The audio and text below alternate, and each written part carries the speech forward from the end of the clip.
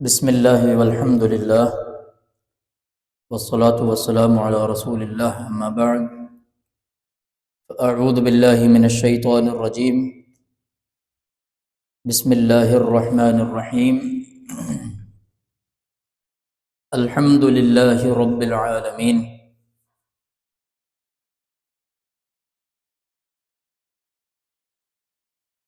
ہماری تفسیر کی آج کی چھٹی کلاس ہے۔ گزشتہ کلاس میں ہم نے اعوذ باللہ من الشیطان الرجیم اور بسم اللہ الرحمن الرحیم کے تعلق سے گفتگو کی تھی۔ قرآن مجید کی سب سے پہلی سورت جس کا نام سورۃ الفاتحہ ہے، اس کی فضیلت اور اس سورت کے تعلق سے جو احکامات ہیں، شریعت نے جو ہمیں باتیں سکھائی ہیں، اس پر انشاءاللہ ہم گفتگو کریں گے۔ سورۃ الفاتحہ مکیہ۔ الفاتحہ کا معنی ہے کھولنے والی، یہ اس کا نام ہے سورۃ الفاتحہ۔ سورۃ الفاتحہ کے اور بھی کئی نام ہیں، اگرچہ الفاتحہ اس کا معروف اور مشہور نام ہی ہے، جیسا کہ اس کے نام سے واضح ہے کہ یہ کھولنے والی ہے، یعنی قرآن مجید یہاں سے آغاز ہوتا ہے، یہاں سے قرآن مجید کھلتا ہے، اس کی ابتدا ہوتی ہے۔ قرآن مجید کی سب سے پہلی سورت ہے، اس لیے اس کو الفاتحہ کہتے ہیں۔ سورۃ الفاتحہ کے مختلف نام یہ ہیں۔ سورۃ الفاتحہ قرآن مجید کی سب سے پہلی سورہ مبارکہ ہے، اسی سے قرآن مجید اور نماز کی قرأت کا آغاز ہوتا ہے، اور اس کا سب سے معروف نام یہی الفاتحہ ہے۔ اس کے مزید نام یہ ہیں: ام الکتاب، ام القرآن، سبع مثانی، قرآن عظیم، الحمد، الدعاء، الرقیہ، الشفاء، الصلاۃ۔ اس کے علاوہ بھی سورۃ الفاتحہ کے کئی نام ہیں جو مختلف احادیث میں مختلف اقوال کی صورت میں ہمیں ملتے ہیں صحابہ کی طرف سے۔ اس کی صفات کے اعتبار سے، یعنی اس کی کئی خصوصیتیں ہیں سورۃ الفاتحہ کی، اور ہر خصوصیت کو اس کا نام دیا گیا ہے۔ سورۃ الفاتحہ کے فضائل کے تعلق سے کئی احادیث موجود ہیں۔ سیدنا عبداللہ بن عباس رضی اللہ تعالیٰ عنہما فرماتے ہیں کہ ایک مرتبہ اللہ کے نبی علیہ الصلوۃ والسلام کے پاس سیدنا جبریل علیہ الصلوۃ والسلام بیٹھے ہوئے تھے۔ اچانک انہوں نے اوپر یعنی آسمان کی طرف سے ایک آواز سنی، جیسے دروازہ کھلنے کی کوئی آواز ہوتی ہے۔ تو انہوں نے اپنا سر اوپر اٹھایا اور اللہ کے نبی علیہ الصلوۃ والسلام کو بتایا کہ آج آسمان کا ایک ایسا دروازہ کھلا ہے جو آج سے پہلے کبھی نہیں کھولا گیا، اور اس سے ایک فرشتہ اترا ہے جو فرشتہ آج سے پہلے آسمان سے زمین کی طرف کبھی نہیں اترا ہے۔ اس فرشتے نے آ کر اللہ کے نبی علیہ الصلوۃ والسلام کو سلام کیا اور آ کر آپ کو خوشخبری دی کہ آپ کو 2 نوروں کی خوشخبری ہو، 2 نور آپ کو عطا کیے گئے ہیں، اور یہ نور ایسے 2 نور ہیں جو آپ سے پہلے کسی نبی کو عطا نہیں کیے گئے۔ ایک نور فرمایا سورۃ الفاتحہ ہے، فاتحۃ الکتاب، اور دوسرا سورۃ البقرہ کی آخری 2 آیات ہیں، آپ جب بھی ان دونوں کو پڑھیں گے تو ان میں سے جس کو بھی پڑھ لیں تو اس کے بعد جو بھی دعا کریں گے اللہ تعالیٰ وہ دعا آپ کی ضرور قبول فرمائے گا۔ صحیح مسلم میں یہ روایت موجود ہے۔ تو اس سے یہ بات معلوم ہوئی کہ سورۃ الفاتحہ ایک نور ہے، اور اس کو نازل کرنے کے لیے اللہ تعالیٰ نے ایک خاص ماحول بنایا۔ یوں تو وحی قرآن مجید کی مختلف آیات، مختلف صورتیں نازل ہوتی رہی، لیکن سورۃ الفاتحہ اور سورۃ البقرہ کی آخری دو آیات نازل کرنے کے لیے اللہ تعالیٰ نے ایک خاص فرشتے کو بھیجا، ایسا فرشتہ جو اس سے پہلے آسمان سے کبھی زمین کی طرف نازل نہیں ہوا، ایک ایسے دروازے سے آیا آسمان کے جو اس سے پہلے کبھی کھولا نہیں گیا، اور یہ صورت ایسی صورت ہے جو اس سے پہلے کبھی کسی نبی پر نازل نہیں کی گئی۔ اور سنن ترمذی کی روایت کے مطابق کہ ایسی صورت اللہ تعالیٰ نے کسی کتاب میں بھی پہلے کبھی نازل نہیں کی، نہ تورات میں، نہ زبور میں، نہ انجیل میں، اور نہ خود قرآن مجید میں۔ یہ ایسی عظمت والی کتاب ہے کہ اس کو نازل کرنے کے لیے اللہ تعالیٰ نے ایک علیحدہ سے ایک ماحول بنایا نزول وحی کا، جو اس سے پہلے نہ کبھی کسی دور میں موجود رہا، نہ کسی نبی کے ساتھ رہا، اور نہ آسمان سے کبھی ایسی کوئی وحی پہلے نازل ہوئی ہے، اور اسے نور قرار دیا گیا ہے۔ تو اس سے اس صورت کی عظمت کا اور اس کی فضیلت کا ہمیں احساس ہوتا ہے کہ کتنی بابرکت اور کتنی عظمت والی یہ صورت ہے، سورۃ الفاتحہ۔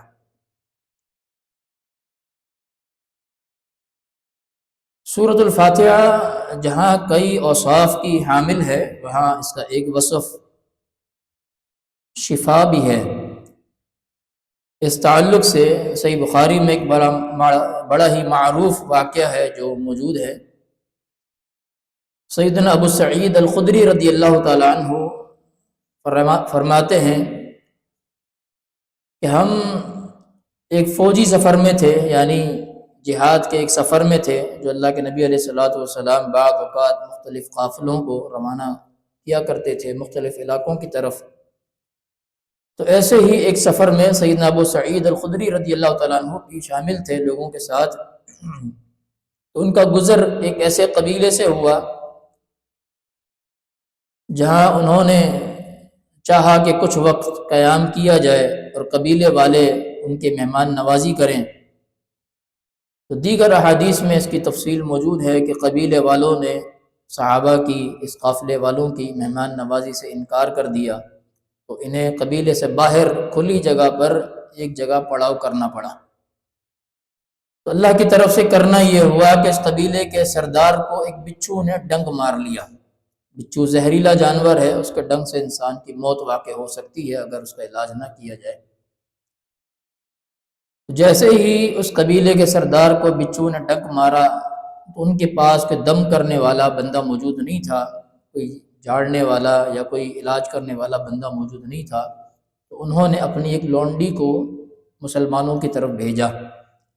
اس قافلے والوں کی طرف بھیجا جنہوں نے ان کے نزدیک پڑاؤ کیا تھا،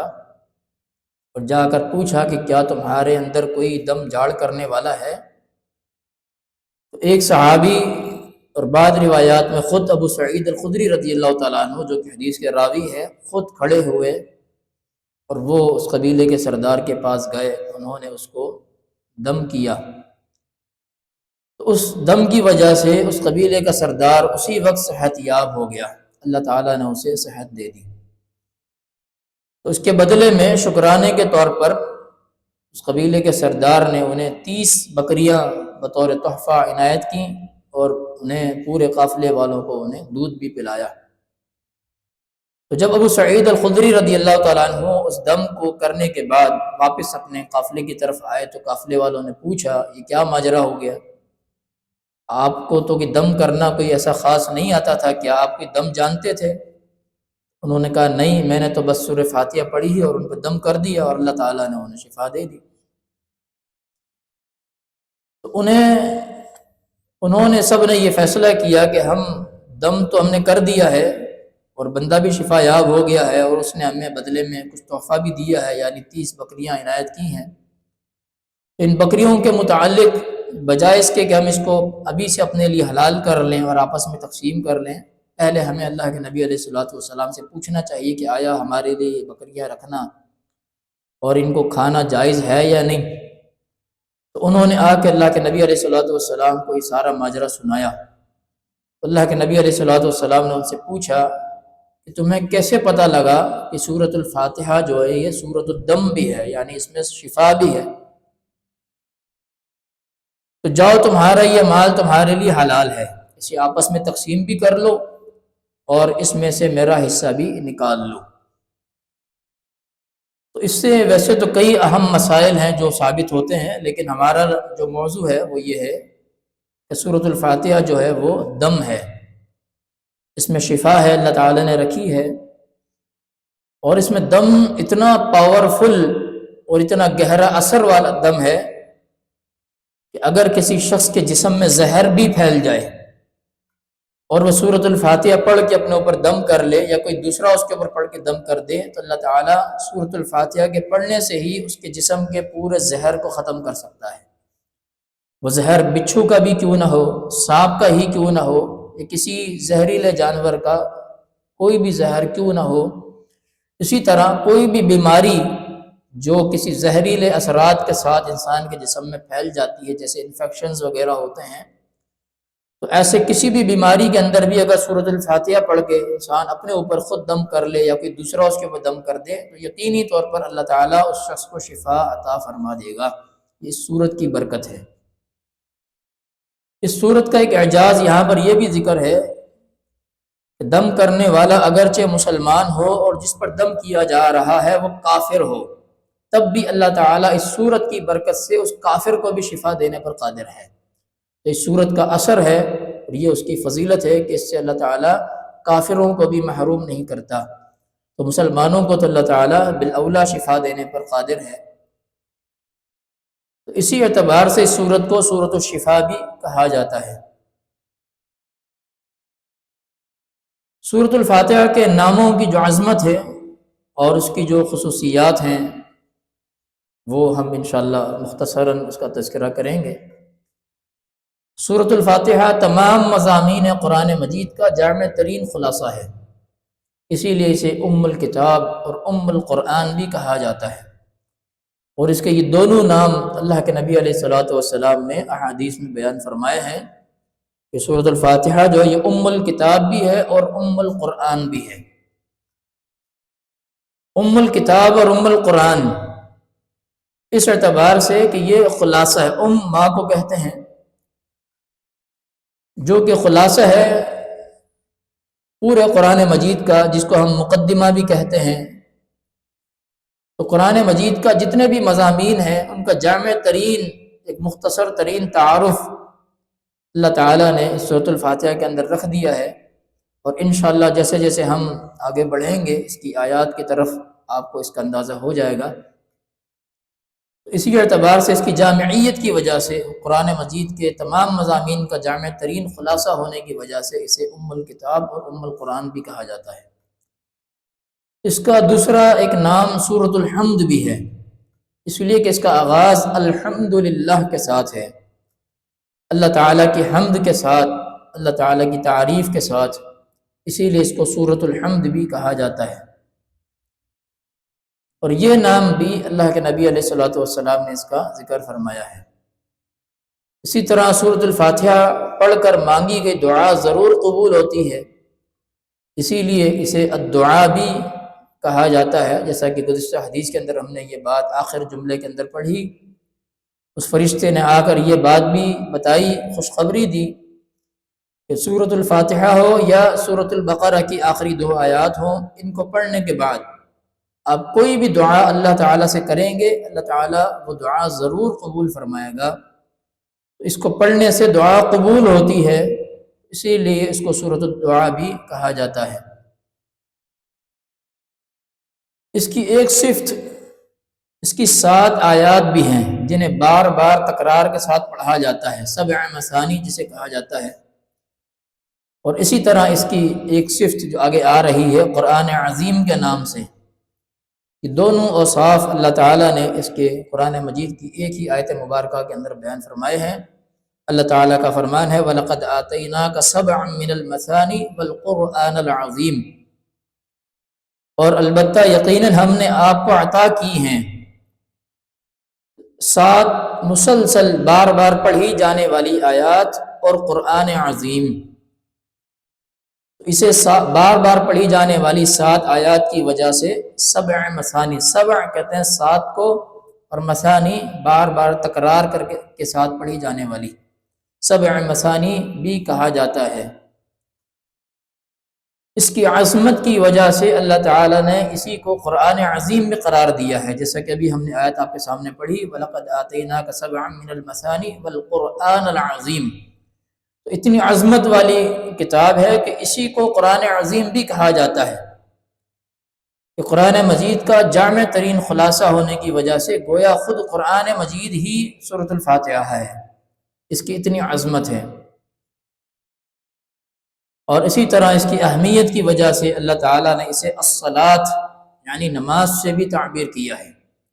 حدیث قدسی ہے، صحیح مسلم کے اندر بڑی تفصیلی حدیث ہے، ہم اس کا خلاصہ بیان کرتے ہیں۔ نبی علیہ الصلوۃ والسلام نے فرمایا کہ اللہ تعالیٰ فرماتا ہے کہ میں نے صلاۃ کو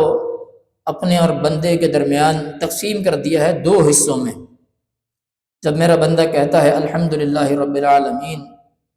اللہ تعالیٰ فرماتا ہے میرے بندے نے میری حمد بیان کی۔ جب بندہ کہتا ہے الرحمن الرحیم تو اللہ تعالیٰ فرماتا ہے میرے بندے نے میری عظمت بیان کی۔ جب بندہ کہتا ہے مالک یوم الدین تو اللہ تعالیٰ فرماتا ہے کہ میرے بندے نے میری بزرگی تمجید بیان کی۔ جب بندہ کہتا ہے ایاک نعبد و ایاک نستعین اہدنا الصراط المستقیم صراط الذین انعمت علیہم غیر المغضوب علیہم ولا الضالین، تو اللہ تعالیٰ فرماتا ہے کہ اب تک جو بندے نے کیا وہ میرے لیے تھا، اب بندے کے لیے جو کچھ یہ مانگے گا میں اسے عطا کروں گا۔ تو بندہ دعا کرتا ہے اہدنا الصراط المستقیم صراط الذین انعمت علیہم غیر المغضوب علیہم ولا الضالین۔ یہ سب سے اعلیٰ ترین دعا ہے انسان کی پوری زندگی کی، کہ وہ اپنے لیے صراط مستقیم کی ہدایت کی دعا مانگے، اس لیے کہ صراط مستقیم پورے دین کا خلاصہ ہے، صراط مستقیم ہی اصل دین ہے۔ تو لہذا جس کے پاس دین ہے وہ صراط مستقیم پر ہے، اور صراط مستقیم کے اوپر کوئی شخص نہیں ہے تو پھر اس کا معنی یہ ہے کہ پھر وہ گمراہی پر ہے۔ لہذا دنیا کی سب سے قیمتی ترین دعا مانگی گئی ہے اس سورہ مبارکہ کے اندر۔ اسی لیے اللہ رب العالمین نے اس کو 2 حصوں میں تقسیم کیا ہے۔ ایک حصہ اللہ تعالیٰ کے لیے ہے جس میں بندہ اللہ تعالیٰ کی حمد بیان کرتا ہے، اس کی عظمت بیان کرتا ہے، اس کی بزرگی بیان کرتا ہے، اور دوسرے حصے میں بندہ اپنے لیے دعا کرتا ہے تو اللہ تعالیٰ فرماتا ہے اس کو میں نے وہ عطا کر دیا جو اس نے مجھ سے مانگا تھا۔ تو اس صورت کو اس حدیث قدسی میں صلاۃ قرار دیا گیا ہے، اس بات کو ظاہر کرتا ہے کہ ہر نماز کی ہر رکعت میں خواہ وہ نفل ہو، خواہ وہ فرض ہو، خواہ وہ تہجد ہو، کوئی بھی نماز ہو، تو اس میں سورۃ الفاتحہ پڑھنا فرض ہے، اس کے بغیر نماز نہیں ہوتی، اس لیے کہ نماز کا اطلاق بھی سورۃ الفاتحہ کے اوپر ہوتا ہے۔ جس طرح قرآن عظیم کا پورا اطلاق سورۃ الفاتحہ کے اوپر ہے، اسی طرح نماز کا اطلاق بھی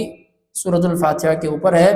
جس طرح قرآن مجید سے اگر سورۃ الفاتحہ نکال دی جائے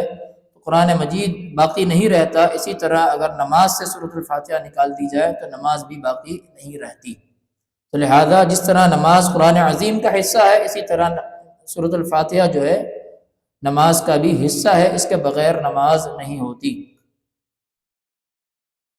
اسی طرح سورۃ الفاتحہ ہر بیماری سے شفا کا مکمل علاج ہے، اسی لیے اسے سورۃ الشفا بھی کہتے ہیں، جیسا کہ ابھی ہم نے پوری تفصیل کے ساتھ حدیث کی روشنی میں بیان کر دیا۔ اس کو پڑھ کر دم کرنے سے جادو، نظر بد، موذی جانور کے زہر سمیت ہر قسم کا علاج کیا جا سکتا ہے، اسی لیے اسے الرقیہ بھی کہتے ہیں۔ اس کا ایک نام سورۃ الرقیہ بھی ہے، یعنی دم کرنا،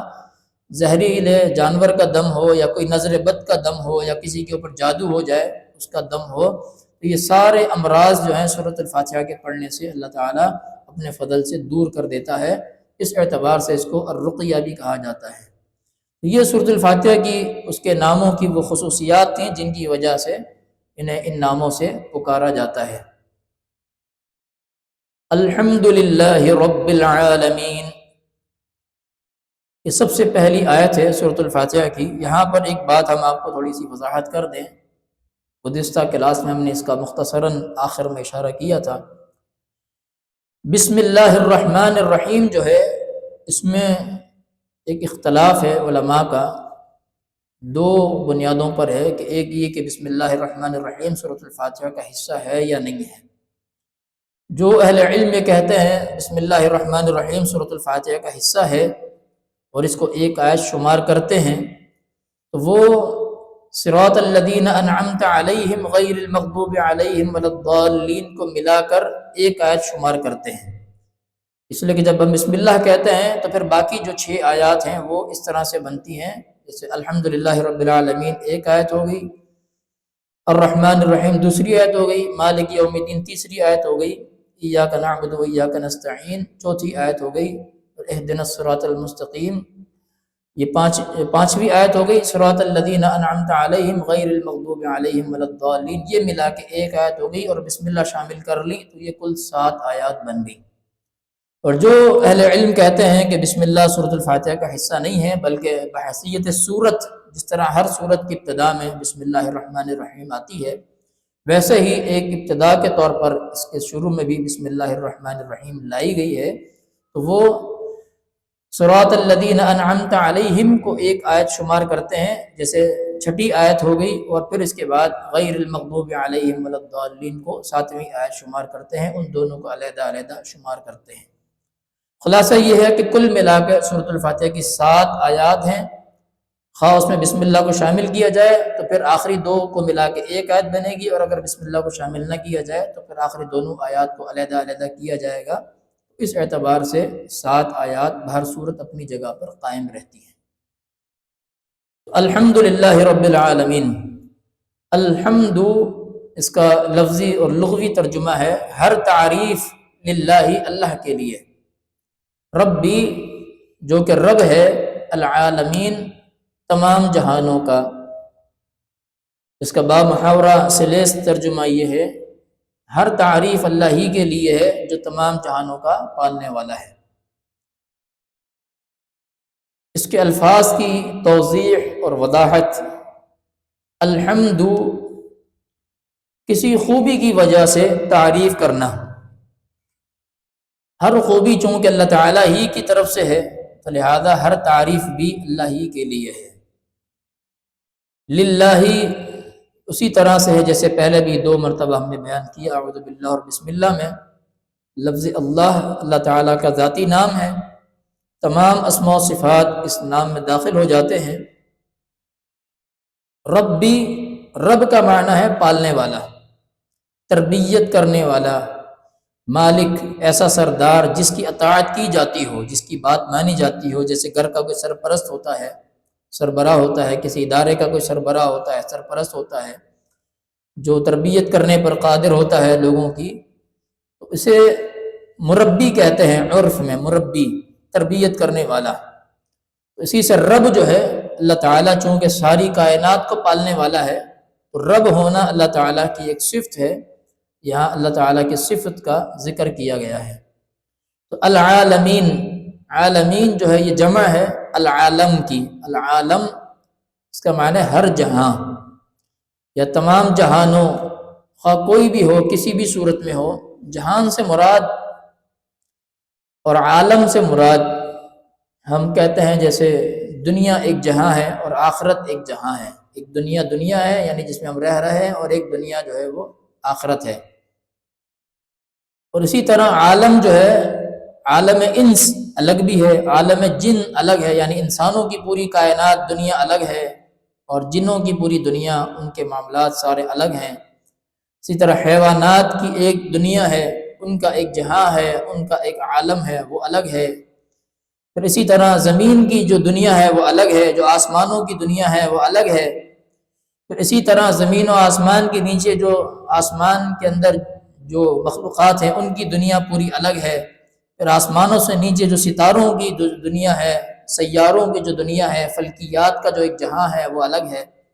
اور زمین کا جو جہاں ہے، سمندر کا جو جہاں ہے وہ الگ ہے۔ تو اس پوری کائنات میں جتنے بھی جہاں ہیں، خواہ کسی بھی شکل میں ہو، کسی بھی صورت میں ہو، وہ کوئی بھی ہو، کسی مخلوق سے متعلق ہو، وہ کہیں کے بھی ہوں، اللہ تعالیٰ تمام جہانوں کا رب ہے۔ فرشتوں کا بھی رب ہے، انسانوں کا بھی رب ہے، جنوں کا بھی رب ہے، شیاطین کا بھی رب ہے، اور تمام جانداروں اور مخلوقات کا رب ہے۔ حتیٰ کہ اللہ تعالیٰ فلک کے اندر جو مخلوقات ہیں، چاند، ستارے، سورج، سیارے، جتنے بھی عظیم الشان اللہ تعالیٰ کی مخلوقات ہیں، ان سب کا بھی اللہ تعالیٰ رب ہے۔ زمینوں کے اندر کی جتنی مخلوقات ہیں، سمندروں کے اندر جتنی مخلوقات ہیں، یہ سارے علیحدہ علیحدہ مختلف جہان ہیں، اور ایسے بھی جہان ہیں جنہیں انسان نہیں جانتا ہے، وہ اللہ تعالیٰ ہی بہتر جانتا ہے۔ تو لہٰذا اس ایک مختصر ترین جملے کے اندر اللہ تعالیٰ کی ایسی صفت بیان کی گئی ہے جو ساری کائنات پر منحصر ہے۔ اس ایک لفظ عالمین کے اندر ساری کائنات، سارا جہان، خواہ وہ دنیا کا ہو، آخرت کا ہو، اس دنیا کے اندر جتنے بھی جہان ہیں سب کے سب اس میں شامل ہو گئے۔ ایک بہترین اور جامع ترین تعریف کا ایک جملہ ہے اللہ تعالیٰ کا، جس میں پوری کائنات داخل ہو جاتی ہے۔ سورۃ الفاتحہ کا جو زمانہ نزول ہے وہ مکی ہے۔ سورۃ الفاتحہ مکی سورت ہے، اسی لیے اس کے آگے سورۃ الفاتحہ مکیہ ہم کہتے ہیں، یعنی ہجرت سے پہلے اللہ کے رسول صلی اللہ علیہ وسلم پر نازل ہوئی۔ مکی اور مدنی سورت کا جو فرق ہے وہ ہم آپ کو بتا دیتے ہیں۔ ہم اکثر قرآن مجید میں ہر سورت کے آگے یہ دیکھتے ہیں فلاں سورت جو ہے مکی ہے، فلاں سورت جو ہے وہ مدنی ہے۔ تو اس کا کیا معنی ہوتا ہے مکی اور مدنی سورت کا؟ تو اس کا معنی یہ ہوتا ہے کہ مکی صورتیں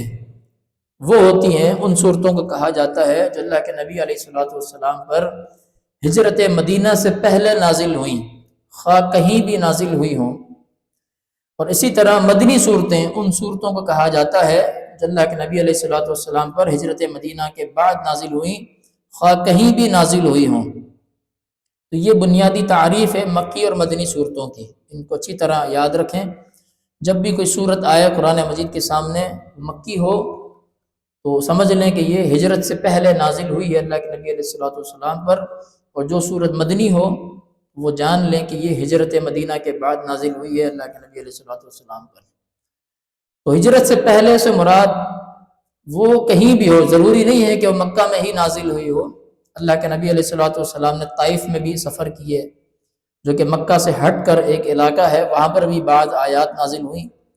اور اسی طرح اللہ کے نبی علیہ السلام اور دیگر علاقوں میں بھی آپ جاتے تھے سفر کرنے کے لیے مکہ سے، شہر سے باہر نکل کر، تو وہاں پر بھی کچھ صورتیں آیات نازل ہوئیں۔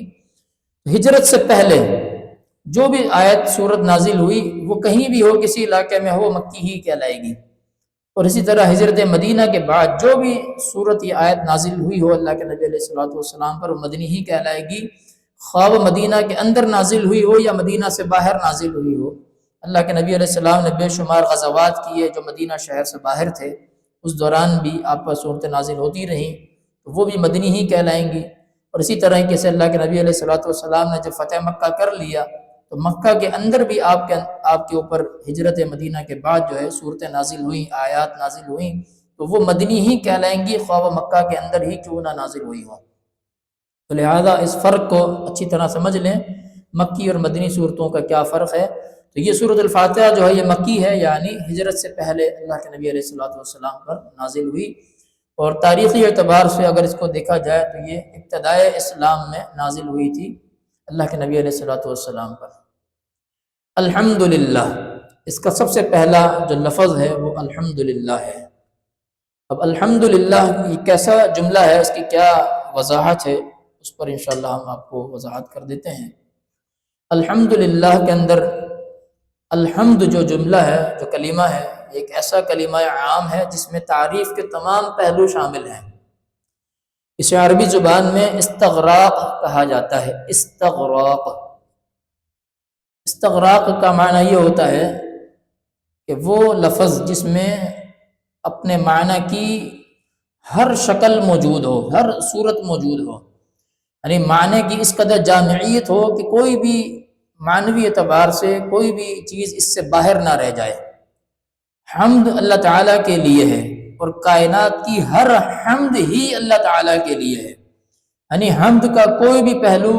اس پوری کائنات میں کسی اعتبار سے بھی ہو، اللہ تعالیٰ کی ذات سے خالی نہیں ہے۔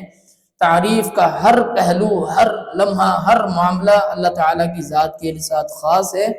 اس میں نہ کوئی شریک ہو سکتا ہے اور نہ اللہ تعالیٰ اس سے باہر ہو سکتا ہے۔ یعنی ایسی تعریف ہو ہی نہیں سکتی اس پوری کائنات میں جو اللہ کے لیے نہ ہو، تو ہر تعریف اللہ ہی کے لیے ہے۔ تو یہ الحمد کا معنی ہے، یعنی تمام تعریفات، ہر تعریف، ہر قسم کی تعریف، کوئی بھی اس طرح کا جملہ اس کے لیے بولا جا سکتا ہے کہ خاص ہے اللہ تعالیٰ کے لیے۔ اسی لیے جملے کو عام کہا جاتا ہے، یعنی تمام تعریفات اللہ کے لیے ہیں، اور استغراق اس لیے کہا جاتا ہے کہ کوئی بھی پہلو تعریف کا اللہ تعالیٰ سے خالی نہیں ہے۔ اس کلمے میں ہر قسم کی تعریف شامل ہے، یعنی دنیا و آخرت کے تمام امور کی خوبی اللہ تعالیٰ ہی کی طرف سے ہے۔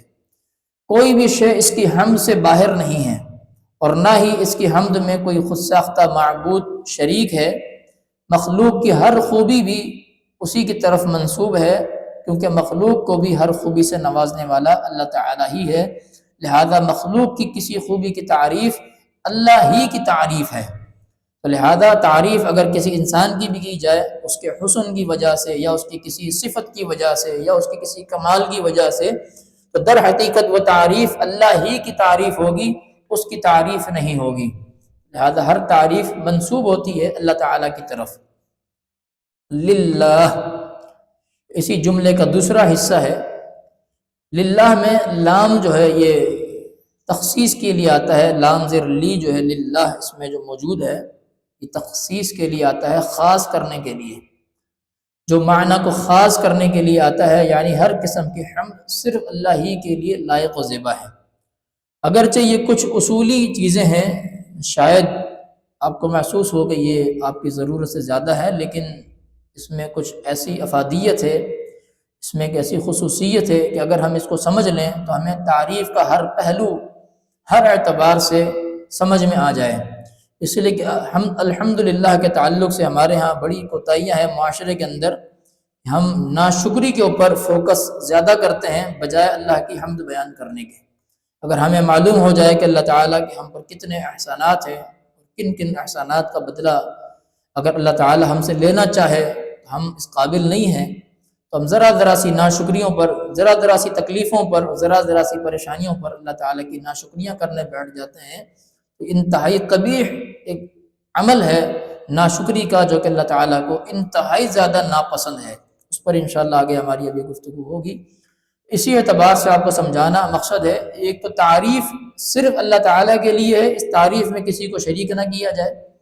اگر کسی کی تعریف کی جائے تو اسے بھی اللہ تعالیٰ کی طرف منسوب کیا جائے، یعنی یہ جملہ کہا جائے ماشاءاللہ آپ کتنے اچھے لگ رہے ہیں، اللہ تعالیٰ نے آپ کو کتنا اچھا حسن دیا ہے، اللہ تعالیٰ نے آپ کو آپ کی صفت میں کتنا اچھا کمال دیا ہے۔ ہر تعریف اللہ تعالیٰ کی طرف سے ہو، اس لیے کہ جو بھی اگر کسی مخلوق کے اندر خوبی ہے تو دینے والا اللہ تعالیٰ ہے، اس کا اپنا کوئی کمال نہیں ہے۔ تو ہر خوبی، ہر تعریف اللہ تعالیٰ کی طرف منسوب کریں، اپنی ذات کی طرف منسوب نہ کریں کہ جی یہ تو میری محنت کا نتیجہ ہے۔ یہ جملہ بڑا ہی کفریہ جملہ ہے، قرآن مجید میں اللہ تعالیٰ نے اس کے متعلق بڑی تفصیل کے ساتھ بیان کیا ہے۔ انشاءاللہ امید ہے جب ہم یہاں پہنچیں گے اس پر گفتگو کریں گے۔ بعض لوگ یہ بھی کہہ دیتے ہیں جی یہ تو میری محنت کا نتیجہ ہے،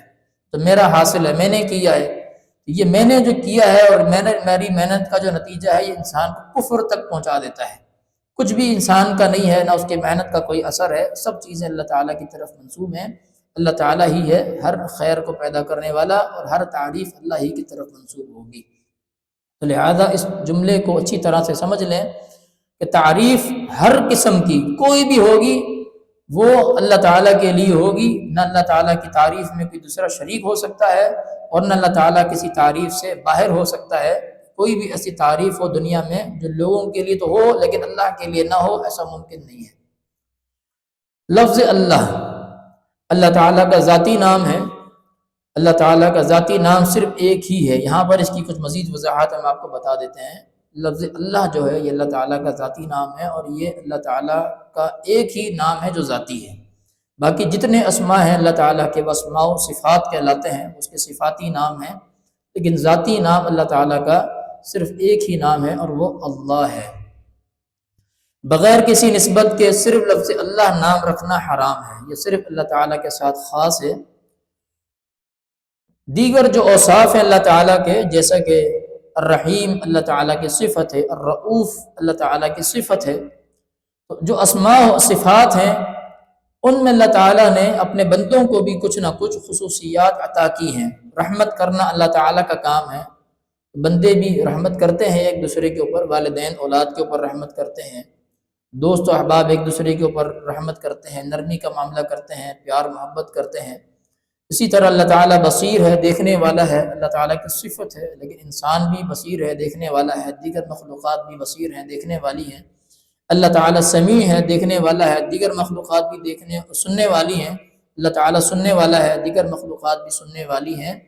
تو ایک حد تک وہ اوصاف اللہ تعالیٰ نے دیگر مخلوقات کے اندر بھی پیدا فرمائے ہیں، اگرچہ اللہ تعالیٰ کا جو وصف ہے وہ کمال کا ہے اور بندوں کا جو وصف ہے وہ ناقص ہے۔ یعنی انسان کا دیکھنا ایک حد تک ہے، ایک محدود دائرے کے اندر ہے، جس کے بعد پھر انسان کو نظر آنا بند ہو جاتا ہے، اس کے آگے وہ نہیں دیکھ سکتا۔ انسان دیوار کے پیچھے نہیں دیکھ سکتا، سر کے پیچھے نہیں دیکھ سکتا، اور اگر سامنے دیکھتا ہے تو اوپر نہیں دیکھ سکتا، نیچے نہیں دیکھ سکتا، اس کا دائرہ کار محدود ہے، جبکہ اللہ تعالیٰ کا دیکھنے کا دائرہ کار جو ہے وہ لامحدود ہے اور وہ کمال کا ہے۔ انسان کا جو وصف ہے وہ ناقص ہے، عاجز ہے، انسان اس میں ایک محدود دائرے کے اندر ہے۔ تو فرق اس کے اندر بھی ہے، لیکن صفت کے اندر چونکہ اللہ تعالیٰ نے وہ صفات بندوں کو عطا کر رکھی ہیں، تو اس اعتبار سے ہم وہ نام تو رکھ سکتے ہیں، لیکن جو لفظ اللہ جو نام ہے یہ بغیر کسی نسبت کے، یعنی عبداللہ اگر ہم کہیں تو یہ جائز ہے۔ لفظ اللہ کے نام سے کسی کو اگر پکاریں تو یہ حرام ہوگا اور یہ کفر ہوگا، کیونکہ اللہ نام جو ہے وہ صرف اللہ تعالیٰ کا ہے اور وہ ذاتی نام ہے، اس نام کے اندر بھی کسی کو ہم شریک نہیں کر سکتے۔ لفظ حمد، اس کی آگے بڑی اہم تفاسیر ہیں، اس کو ہم بہت ہی مختصر طریقے سے کوشش کریں گے آپ کو سمجھانے کی، اس لیے کہ یہ حمد جو ہے یہ بڑا وسیع المعنی ایک لفظ ہے، کہ دو معنی کے اندر استعمال ہوتا ہے۔ کلمہ حمد جو ہے وہ دو معنی کے اندر استعمال ہوتا ہے۔ ایک معنی تعریف، جیسا کہ ابھی ہم نے آپ کو کافی اس حوالے سے بتایا ہے، اور دوسرا معنی ہے شکر۔ حمد شکر کے معنی میں بھی استعمال ہوتا ہے اور تعریف کے معنی میں بھی استعمال ہوتا ہے۔ ان دونوں معنی کے اندر کیا فرق ہے؟ تعریف کسی کی ذاتی خوبی یا خصوصیت کی وجہ سے اس کی تعریف کرنا، کہ کسی کو آپ نے دیکھا، اس کا حسن اچھا لگا، آپ نے اس کی تعریف کی، یا تم بڑے اچھے لگ رہے ہو، یا کسی کی کوئی صفت دیکھی، اس کے اندر کوئی ایسا خاص وصف تھا، جیسے اس کا اخلاق اچھا لگا تو اس کے اخلاق کی آپ نے تعریف کی، اس کے چلنے کا انداز اچھا لگا تو اس کے چلنے کے انداز کی آپ نے تعریف کی، بولنے کا انداز اچھا لگا تو بولنے کے انداز کی آپ نے تعریف کی، تو اس کی خصوصیت تھی، اس خصوصیت کی وجہ سے آپ نے اس کی تعریف کی، تو اس کو تعریف کے جملے کے ساتھ کہا جاتا ہے۔ اور اسی طرح شکر جو ہے وہ یہ ہے کہ اگر بدلے کے طور پر کسی کے احسان کے جواب میں اس کا شکریہ ادا کرنا، یعنی کسی شخص نے آپ کے اوپر کوئی احسان کیا، کوئی تعاون کیا، تو آپ نے اس کے بدلے میں اس کا شکریہ ادا کیا۔ کسی نے پانی پلایا، کسی نے کوئی چیز اٹھا کر دے دی، کوئی ساتھ دے دیا کسی معاملے کے اندر، تو آپ نے بدلے میں اس کو جزاک اللہ کہہ دیا، تو یہ کلمہ شکر، اس کے لیے بھی حمد کا اطلاق ہوتا ہے۔ آگے انشاءاللہ اس کی مثالیں بھی ہم دیں گے۔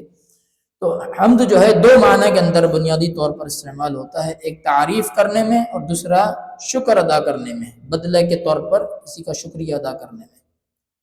یہاں اس تعلق سے ایک اور وضاحت نیچے موجود ہے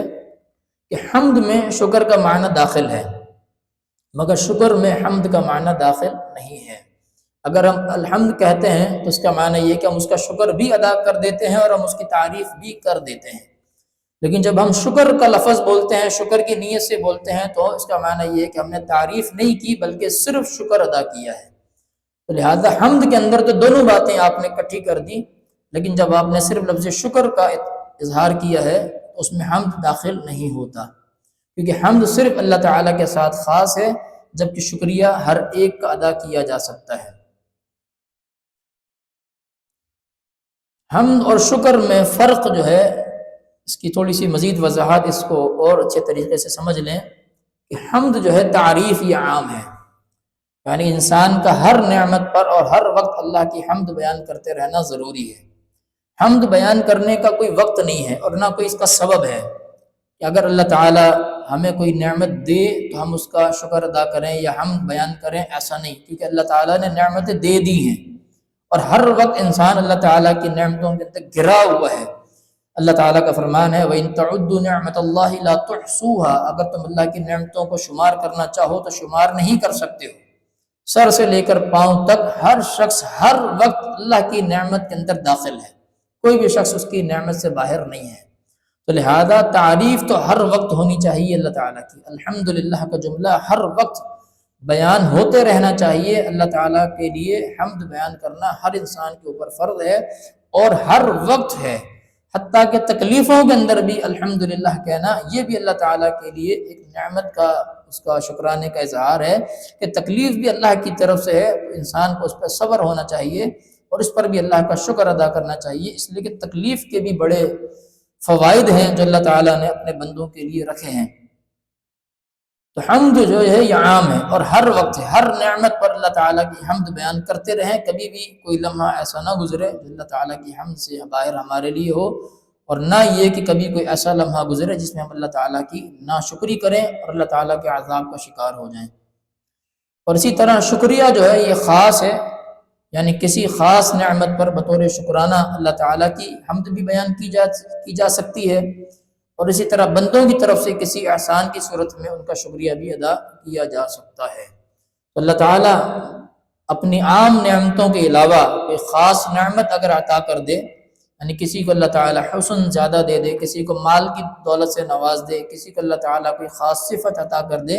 یا کوئی بھی اولاد جیسی نعمت عطا کر دے، کسی کو اللہ تعالیٰ شادی کروا دے، کوئی بھی ایسی جو خاص نعمت ہو جو اللہ تعالیٰ کی کسی کو حاصل ہو جائے عام نعمتوں کے علاوہ، تو بطور شکرانہ بھی اللہ تعالیٰ کے لیے الحمدللہ کی کلمات کہے جائیں۔ اور اسی طرح بندوں کی طرف سے اگر کسی کے اوپر کوئی احسان آ جائے یا کوئی اس کی معاونت کر دے، مدد کر دے، اس کا ساتھ دے دے، تو بندوں کا بھی شکریہ ادا کیا جائے۔ تو لہذا شکر جو ہے وہ اللہ کے لیے بھی ہے اور بندوں کے لیے بھی ہے، لیکن حمد جو ہے وہ صرف اللہ تعالیٰ کے لیے ہے۔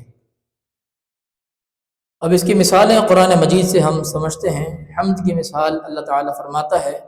وَلَئِن سَأَلْتَهُم مَّن نَّزَّلَ مِنَ السَّمَاءِ مَاءً فَأَحْيَا بِهِ الْأَرْضَ مِن بَعْدِ مَوْتِهَا لَيَقُولُنَّ اللَّهُ قُلِ الْحَمْدُ لِلَّهِ بَلْ أَكْثَرُهُمْ لَا يَعْقِلُونَ۔ اور اے نبی صلی اللہ علیہ وسلم اگر آپ ان سے پوچھیں گے، یعنی کفار سے اگر آپ پوچھیں گے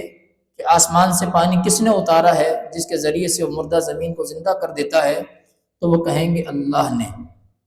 تو آپ ان سے پوچھئے کہ ساری تعریفیں اللہ ہی کے لیے ہیں، لیکن اکثر مشرکین عقل سے کام نہیں لیتے۔ یہاں اللہ تعالیٰ نے اپنی ان عام نعمتوں کا ذکر کیا ہے، یعنی بارش کا نازل ہونا ایک عام نعمت ہے اللہ تعالیٰ کی، زمین سے پھلوں کا اگانا، مردہ زمین کو زندہ کرنا جس سے انسان اور چرند پرند نباتات جمادات سب اس کے پھل سے پھر کھاتے ہیں۔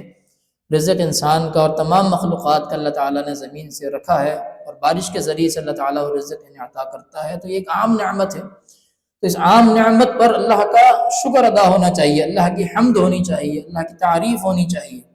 اور یہ تعریف کے بدلے میں یعنی اللہ تعالیٰ پر ایمان رکھنا چاہیے۔ تو لہذا لوگ جنہیں اللہ تعالیٰ نے ایمان کی توفیق دی ہے وہ ان ساری چیزوں کو سمجھتے ہیں اور اس پر اللہ کی تعریف بیان کرتے ہیں۔ قل الحمد للہ، آپ کہیے کہ تعریف تو صرف اللہ کے لیے ہے، یعنی یہ نعمتیں جو اللہ تعالیٰ نے عطا کی ہیں یہ عام نعمتیں ہیں، اور اسی وجہ سے تعریف بھی صرف اللہ تعالیٰ ہی کے لیے ہے۔ تو چاہیے تو یہ تھا کہ الحمدللہ کے ساتھ تم اللہ پر ایمان بھی لاتے، لیکن تمہارے پاس چونکہ عقل نہیں ہے لہذا تم اس بات کو سمجھ نہیں پاتے کہ اللہ کی تعریف ہی اصل میں تعریف ہے، اور جن کو تم شریک اللہ تعالیٰ کا ٹھہراتے ہو ان کے لیے تو کچھ بھی نہیں ہے۔ تو یہ ایک طرح سے درس ہمیں دیا گیا کہ عام نعمتوں پر بھی اللہ تعالیٰ کی حمد بیان کی جائے۔ اسی طرح شکر کے تعلق سے جو مثال قرآن مجید میں موجود ہے وہ اللہ کے دو پیغمبروں کے تعلق سے موجود ہے۔ اللہ تعالیٰ فرماتا ہے وَلَقَدْ آتَيْنَا دَاوُودَ وَسُلَيْمَانَ عِلْمًا وَقَالَ الْحَمْدُ لِلَّهِ الَّذِي فَضَّلَنَا عَلَى كَثِيرٍ مِّنْ عِبَادِهِ الْمُؤْمِنِينَ۔ اور ہم نے داؤد اور سلیمان علیہ السلام کو علم دیا، اور دونوں نے کہا تمام تعریفیں اس اللہ کے لیے ہیں جس نے ہمیں بہت سے اپنے مومن بندوں پر فضیلت عطا فرمائی ہے۔ یہ ایک خاص تعلق سے ہے، کیونکہ انہوں نے شکر ادا کیا اللہ تعالیٰ کا، اس نعمت کا جو اللہ تعالیٰ نے انہیں خاص عطا فرمائی۔ وہ نعمت کیا تھی؟ علم کے ذریعے سے لوگوں پر فضیلت دینا۔ اس آیت کے اندر ایک تو یہ بات بھی ظاہر ہے کہ علم کے ذریعے سے اللہ تعالیٰ لوگوں کو فضیلت دیتا ہے، اور جسے اللہ تعالیٰ علم کے ذریعے سے لوگوں کو فضیلت دے تو اسے الحمدللہ کہنا چاہیے، نہ کہ اس کو اپنی ذات کی محنت اور ذات کی جد و جہد کی طرف منسوب کرے کہ جی یہ تو میری وجہ سے ہے، میں نے محنت کی ہے۔ نہیں، بلکہ اللہ تعالیٰ کی تعریف ہے، اللہ تعالیٰ نے عطا فرمائی ہے الحمدللہ الذی فضلنا علی کثیر من عباد المؤمنین۔ یہاں پر جو الحمدللہ ہے یہ شکر کے لیے ہے، یعنی خاص نعمت جو علم کی صورت میں اللہ تعالیٰ نے ان دونوں جلیل القدر پیغمبر کو عطا فرمائی، اس کے بدلے میں انہوں نے اللہ تعالیٰ کا شکر ادا کیا الحمدللہ کہہ کر۔ حمد کی مختلف صورتیں ہیں، حمد اور شکر کی۔ یہ بھی بڑا آسان سا ایک مختصر سا ایک عنوان ہے حمد کے تعلق سے، ہمیں اس میں مزید وضاحت کے ساتھ یہ بات سمجھ میں آ جائے گی کہ حمد اور شکر کے اندر اصل میں فرق کیا ہے، اور ہم جب تفریق کریں تو ہمیں کیسے معلوم ہوگا کہ ہم حمد کر رہے ہیں یا شکر کر رہے ہیں۔ تو حمد کی صورت یہ ہے کہ حمد صرف زبان سے ادا ہوتا ہے، حمد کی صرف ایک ہی صورت ہے اور وہ ہے زبان سے حمد ادا کرنا، یعنی الحمدللہ کہنا، جیسا کہ گزشتہ آیات میں بھی ہم نے ذکر کیا قل الحمدللہ، الحمدللہ کہنا یہ حمد کی واحد اور ایک صورت ہے جو زبان سے ادا کی جا سکتی ہے۔ شکر کی مختلف صورتیں ہیں، 3 صورتیں شکر کی موجود ہیں۔ ایک صورت تو یہ ہے کہ زبان سے شکر ادا کرنا، دوسری صورت یہ ہے کہ دل سے شکر ادا کرنا، اور تیسری صورت یہ ہے کہ اعضاء و جوارح سے یعنی عمل کے ذریعے سے شکر ادا کرنا۔ زبانی شکر کی مثال جیسا کہ سید داؤد و سلیمان علیہ السلام کی مثال میں موجود ہے آیت مبارکہ میں، وقال الحمدللہ الذی فضلنا علی کثیر من عبادہ المؤمنین۔ تو یہ لفظ الحمدللہ ان دونوں نے کہا، تو یہ زبان سے شکر ادا کرنا ہے۔ اسی طریقے سے دل سے شکر ادا کرنے کی مثال اللہ تعالیٰ کا یہ فرمان ہے انما نطعمکم لوجہ اللہ لا نرید منکم جزاء ولا شکورا، ہم تمہیں صرف اللہ تعالیٰ کی رضا کے لیے کھلاتے ہیں، نہ تم سے بدلہ چاہتے ہیں اور نہ شکر گزاری چاہتے ہیں۔ یہ اہل ایمان کا ایک وصف ہے جو اللہ تعالیٰ نے یہاں ذکر فرمایا ہے کہ جب مومن اللہ کی رضا کے لیے کسی کو کھلاتا ہے تو اس کی نیت یہ نہیں ہوتی کہ وہ بدلے میں لوگوں سے شکریہ وصول کرتا پھرے، جیسا کہ ہمارے بعض لوگ جب کسی کو کوئی چیز دیتے ہیں، کسی پر کوئی احسان کرتے ہیں اور وہ اگلا شکر ادا نہیں کرتا ظاہری طور پر الفاظ کے ذریعے سے، تو انہیں برا لگتا ہے کہ یار میں نے اس کے ساتھ خیر خواہی کی، اس نے تو مجھے بدلے میں شکریہ تک نہیں کہا۔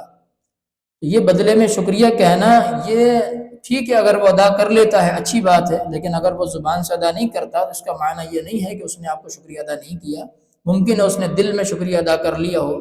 اور یہ بھی ایک قسم ہے شکریہ کی، ضروری نہیں ہے کہ وہ زبان سے ہی آپ کی احسان کی تعریفیں کرتا پھرے اور آپ کو بڑا چڑھا کے پیش کرے کہ جی آپ نے بڑا اچھا کیا میرے ساتھ، بندہ دل میں بھی آپ کا شکریہ ادا کر سکتا ہے۔ بلکہ ہونا تو یہی چاہیے، اہل ایمان کا وصف تو یہی ہونا چاہیے کہ لا نرید منکم جزاء ولا شکورا، جب وہ کسی کے اوپر کوئی احسان کریں، وہ کھانا کھلانے کی صورت میں ہو، وہ کسی کو کپڑا پہنانے کی صورت میں ہو، یا کسی بھی صورت میں ہو، کسی کے ساتھ تعاون کی صورت میں ہو، کوئی بھی کسی کے ساتھ احسان کریں، خیر خواہی کریں تو اس سے شکریہ کی امید نہ رکھیں، بلکہ یہ کہیں جی چھوڑیں، شکریہ کی ضرورت نہیں ہے، ہم آپ سے شکریہ یا کوئی بدلہ نہیں چاہتے، بس جو بھی ہے آپ چھوڑ دیں اس بات کو۔ تو لازمی بات ہے اگلے نے دل میں تو شکریہ ادا کرنا ہے، تو لہذا شکریہ کی ایک قسم جو ہے وہ دل سے شکر ادا کرنا بھی ہے۔ اسی طرح عمل سے شکر کی مثال اللہ تعالیٰ کا فرمان ہے اعملوا آل داود شکرا وقلیل من عبادی الشکور، اے آل داود اس کے شکریے میں نیک اعمال کرو، میرے بندوں میں سے شکر گزار بندے بہت ہی کم ہوتے ہیں۔ تو اعملوا یا عمل کرو، یعنی آل داود الشکر بطور شکرانے کے اعمال کرو، یعنی بندوں کو اللہ تعالیٰ نے ترغیب دی ہے اس بات پر کہ اللہ تعالیٰ نے جو انسان کو نعمتیں دی ہیں، بے شمار اللہ کی نعمتیں ہیں انسان کو اللہ تعالیٰ نے دی ہیں، کچھ خصوصی نعمتیں بھی ہوتی ہیں، کچھ عمومی نعمتیں بھی ہوتی ہیں، ہر لحاظ سے انسان اللہ تعالیٰ کی نعمتوں میں گرا ہوا ہے، تو پھر انسان کے اوپر حق ہے کہ وہ اللہ تعالیٰ کا شکر ادا کرے۔ شکر کیسے ادا کرے؟ اس کی عملی صورت زبان سے بھی وہ ادا کرے، دل سے بھی اللہ تعالیٰ کی نعمتوں کا معترف ہو، اور عمل سے بھی شکر ادا کرے، یعنی اللہ تعالیٰ کی عبادت کرے، اللہ تعالیٰ کی توحید کو اختیار کرے، اس کے ساتھ کسی کو شریک نہ کرے، جو فرائض اللہ تعالیٰ نے متعین کیے ہیں ان پر عمل کرے، اور جو بھی اللہ تعالیٰ نے انسان کے اوپر ذمہ داریاں لگائی ہیں دین کے تعلق سے ہوں یا دنیا کے تعلق سے ہوں، ان ذمہ داریوں کو اچھی طرح سے ادا کرے، یعنی عمل کے ذریعے سے بھی اللہ تعالیٰ کا شکر ادا کرے۔ مثال کے طور پر اللہ تعالیٰ نے انسان کو صحت دی ہے، اس صحت کا فائدہ اٹھا کر زیادہ سے زیادہ اللہ کی عبادت میں اس صحت کو صرف کرے۔ اسی طرح جس شخص کو اللہ تعالیٰ نے مال دیا ہے تو مال کے ذریعے سے اس کو اللہ کی راہ میں خرچ کر کے اللہ تعالیٰ کا شکر ادا کرے۔ اسی طرح کسی شخص کو اللہ تعالیٰ نے علم دیا ہے تو وہ علم کے اوپر عمل کر کے اور اس کو آگے پہنچا کر اللہ تعالیٰ کا شکر ادا کرے۔ اور کسی شخص کو اللہ نے زبان کی قوت گویائی اچھی دی ہے، بولنے کا سلیقہ اچھا دیا ہے، تو اس کے دین کی تبلیغ کر کے اس کا حق ادا کرے۔ اسی طریقے سے مختلف انداز سے اللہ تعالیٰ کا شکر ادا کرنا اپنے عمل کے ذریعے سے، تو یہ عمل کا شکر ادا کرنا ہے۔ تو یہ حمد اور شکر کے اندر یہ بنیادی جو فرق اور یہ ساری چیزیں ہم نے آپ کو الحمدللہ کے تعلق سے بیان کی ہیں، تو امید ہے انشاءاللہ آپ کو یہ سمجھ آئیں گی، اور الحمدللہ کی جو فضیلت ہے اور جو اس کی افادیت ہے، جو اس کا معنی ہے الحمدللہ کا، جس سے ہم اکثر اپنی زندگیوں میں غافل ہوتے ہیں، وہ بھی انشاءاللہ آپ کو سمجھ میں آ گئے ہوں گے۔ اللہ تعالیٰ سے دعا ہے اللہ تعالیٰ ہمیں سمجھنے کی، عمل کرنے کی توفیق عطا فرمائے۔ سبحان ربک رب العزت عما یصفون وسلام علی المرسلین والحمد للہ رب العالمین۔